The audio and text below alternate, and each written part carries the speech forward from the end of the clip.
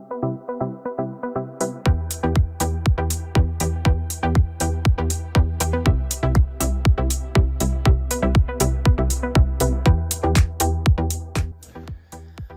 don't have time.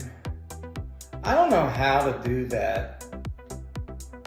I can't do that. Can you help me?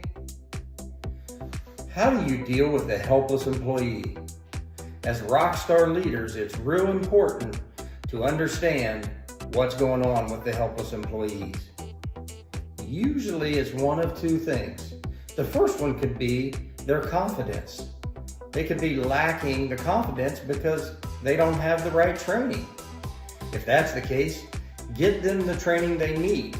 But more importantly, make sure you ask them how they want to be trained. Some people prefer to read things, other people like to watch videos, while other folks might want you to hands-on train them and show them how to do things. Also, with a helpless employee, encourage independent thinking through problem-solving skills.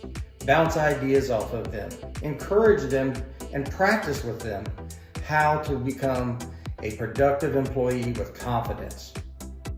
The second thing that can be a big problem with the helpless one is they're using it to get out of work.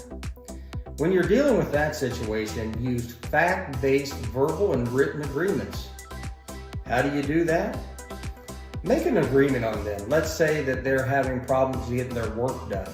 If that's the case, review their schedule and look at windows of opportunity to alter things or work more efficiently. After you do that, make a verbal agreement. Say, I think we've come up with a solution here. I think we just agreed that if you switch what you do at 8 o'clock with what you do at 10 o'clock, that you would be able to get your work done more efficiently. Don't you agree?